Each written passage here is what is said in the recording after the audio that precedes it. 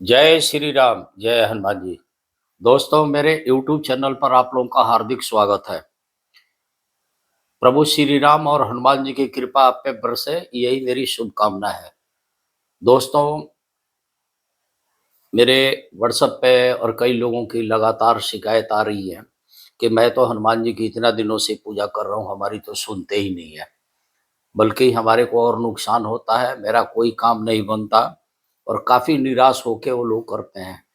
कई लोगों का कहना है कि मैं 10 वर्ष से पूजा करता हूँ, कई लोग कहते हैं मैं 3 वर्ष से कर रहा हूँ, कोई बोल रहा है कि हम सालों से कर रहे हैं और सुबह भी करते हैं, शाम में भी करते हैं, लेकिन हमारी सुनवाई नहीं है। आइए इसी विषय में मैं आपका थोड़ा-सा बताना चाहूँगा कि हनुमान जी किसकी सुनवाई नहीं करते हैं और हमारे पूजा-पाठ में कहाँ कोई गलती हो रही है। देखिए, जहाँ पे राम जी का नाम नहीं लिया जाए, वहाँ हनुमान जी आते नहीं हैं, चाहे कितना भी ढोल बजा लो, रो लो, गा लो, बजा लो। पहला पूजन तो श्री राम का ही करना होगा, वो भी हनुमान जी के सामने। अगर हनुमान जी का विग्रह रख के आप पूजा करते हैं, एक सबसे बड़ी ये है। अब पूजा की असली विधि होती है, दीपक ज़रूर जलाया जाता है और हनुमान जी की पूजा में तुलसी पत्र ज़रूर होना चाहिए। 1 लोटा जल लें, तुलसी पत्ता लें, दीपक ज़रूर जला लें, बिना दीपक के पूजा नहीं करना चाहिए। और जब पूजा करें तो जो आसन हो, वो ऐसा आसन हो कि वो काले रंग का, नीले रंग का ना हो और ना ही इस तरह का कपड़ा पहन के आप पूजा करें, ये इसका विशेष ध्यान रखें। अगर कोई आप अनुष्ठान कर रहे हैं और कोई मनौती लेके पूजा कर रहे हैं, चाहे वो 21 दिन का हो, 11 दिन का हो, तो आप इस बात का ज़रूर ध्यान दें। सबसे पहले पूजा की विधि होती है कि गणेश जी से शुरू की जाती है, उसके बाद शिव परिवार का स्मरण करते हुए शिव जी का, और उसके बाद प्रभु श्री राम का गुणगान किया जाता है। यत्र यत्र रघुनाथ कीर्तनम तत्र तत्र हनुमान विराजे। जहाँ राम जी का नाम है वही हनुमान जी विराजते हैं। ये क्लियर कर लीजिए। मन के अंदर कोई द्वेष रख के, घर में कोई कलेश करके, क्रोध में या किसी का नुकसान करने के लिए ये पूजा नहीं करनी चाहिए। बजरंग बाण का भी जो पाठ है, उसमें शत्रु को नुकसान पहुंचता है, वो बहुत अति होने पर उसका प्रयोग किया कीजिए।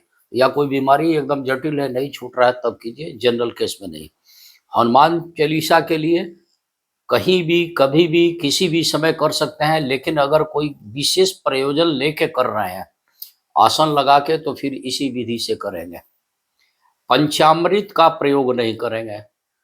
पंचामृत हनुमान जी की पूजा में नहीं बनाई जाती है, इसका भी विशेष ध्यान रखेंगे।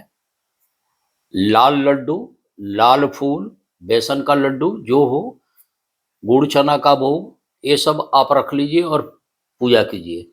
कोई माता बहन पूजा कर रही हैं, यानी कि कोई भी लेडीज, तो उनका विग्रह यानी उनकी मूर्ति या तस्वीर को टच ना करें, उन्हें पसंद बिल्कुल नहीं है। दूर से प्रणाम करें, फूल चढ़ाएं। तो किसी भी गलत तरीके से अगर आप पूजा करते हैं तो पूजा की सुनवाई नहीं होगी। शिव जी के स्मरण करने के बाद राम जी का जो आप करेंगे, क्योंकि शिव जी के हृदय में भी राम बसते हैं, ये ध्यान रखिएगा, और हनुमान जी के दिल में भी राम बसते हैं। और हनुमान जी खुद ही शिव के 11वें अवतार हैं। एक तरह के शिव हैं आपके सामने, और तीनों लोगों को स्वामी भोलेनाथ हैं एक तरह से, और कलयुग के साक्षात के देवता हैं। तो जो आपकी शिकायत रहती है कि मैं, लोग कहते हैं कि हनुमान जी कलयुग में साक्षात के देवता हैं, पवन के गति से आते हैं, पवन की गति से सुनवाई करते हैं। जी हाँ, एकदम सही सुना है। आपके पूजा के विधि में, आपके भाव में, आपके भक्ति में, आपकी सामग्री के गलत चयन करने के कारण पूजा नहीं लगती है। और बहुत ज़्यादा अपने आसपास मैग्नेटिक फोर्स, इलेक्ट्रिकल फोर्स नहीं बनाना चाहिए। ये नहीं कि बगल में मोबाइल चल रहा हो या कोई बहुत म्यूजिक बज रहा हो, ये सब चीज़ें बंद करके शांत रूप से हनुमान जी का पूजा करें। सुगंधित वातावरण हो, वहाँ का साफ सुथरा हो, जिसको बोलते हैं नीट एंड क्लीन, और तब हनुमान जी का पूजा करना शुरू करिए, आपकी पूजा लग जाएगी। और हमेशा ध्यान रखिएगा, पूजा से पहले भी बोलिएगा कि प्रभु मैं पूजन कर रहा हूँ, कोई मेरे से गलती हो क्षमा मांगे। आप पूजा के बाद भी नाक रगड़ के क्षमा मांगिए कि मेरे भाव में, भक्ति में, क्रिया में, मेरे सोच में, विचार में कहीं भी कोई देश हो, कोई गलती हो, हमें क्षमा करें और मेरे पूजा को स्वीकार करें। और राम जी के गुणगान जितना करेंगे उतना ही अच्छा। राम जी के साथ यदि चाहें तो वह अंजनी माता का भी नाम ले लें कि अंजनी माता के नाम पर हनुमान जी ज्यादा जागृत रहते हैं या राम जी के नाम पे। और तब हनुमान चालीसा पढ़ना शुरू कर दीजिए। और साथ में आप बजरंगबाण करना चाहें तो कर लें, सुंदरकांड करें तो आपकी सुनवाई खूब सुंदर होनी शुरू हो जाएगी। और ध्यान रखिएगा, हनुमान जी की पूजा करते वक्त पूर्ण ब्रह्मचर्य में रह के पूजा किया जाता है और नहा धोवा के शुद्ध अवस्था में पूजा करें। अगर आप विग्रह को टच वच कर रहे हैं तो ये ध्यान रखिएगा। मांस, मछली, अंडा, शराब, लहसुन, प्याज, ये सब परहेज करके तब उनका कोई भी अनुष्ठान करें। अगर सिंपल हनुमान चालीसा पढ़ना है तो कभी भी कहीं भी आप कर सकते हैं, लेकिन हाथ में लेके पढ़िएगा।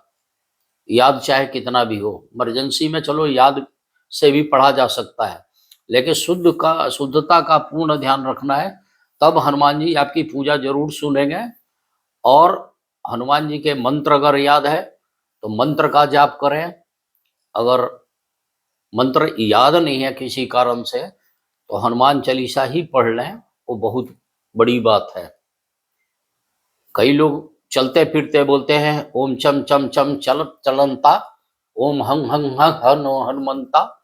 ये सब जनरल केस में नहीं करना चाहिए। जन के काज विलंब न कीजिए, आतुर दौरी महासुख दीजिए। ये हनुमान जी करते हैं, ये सबकी सुनवाई करते हैं। राम भक्तों की सुनवाई करते हैं, साधु सन्यासी सज्जन लोगों की सुनवाई करते हैं। तो हनुमान जी की जब भी पूजा करें, आप जिस पूजा की बात कर रहे हैं, देखिए मैं आपको बताऊं, मैं एक एस्ट्रोलॉजर हूं। खराब से खराब, जटिल से जटिल किसी की समस्या को हनुमान जी के चरणों में सुपुर्द करते हुए और जातों को समझा देता हूं कि इस तरह से पूजा करो और ये करो, हनुमान जी सुन लेंगे और सुनते भी हैं और उनकी सुनवाई होती है। तो आप भी करें और प्रेम से बोले जय श्री राम, जय हनुमान जी, आप सबका कल्याण हो।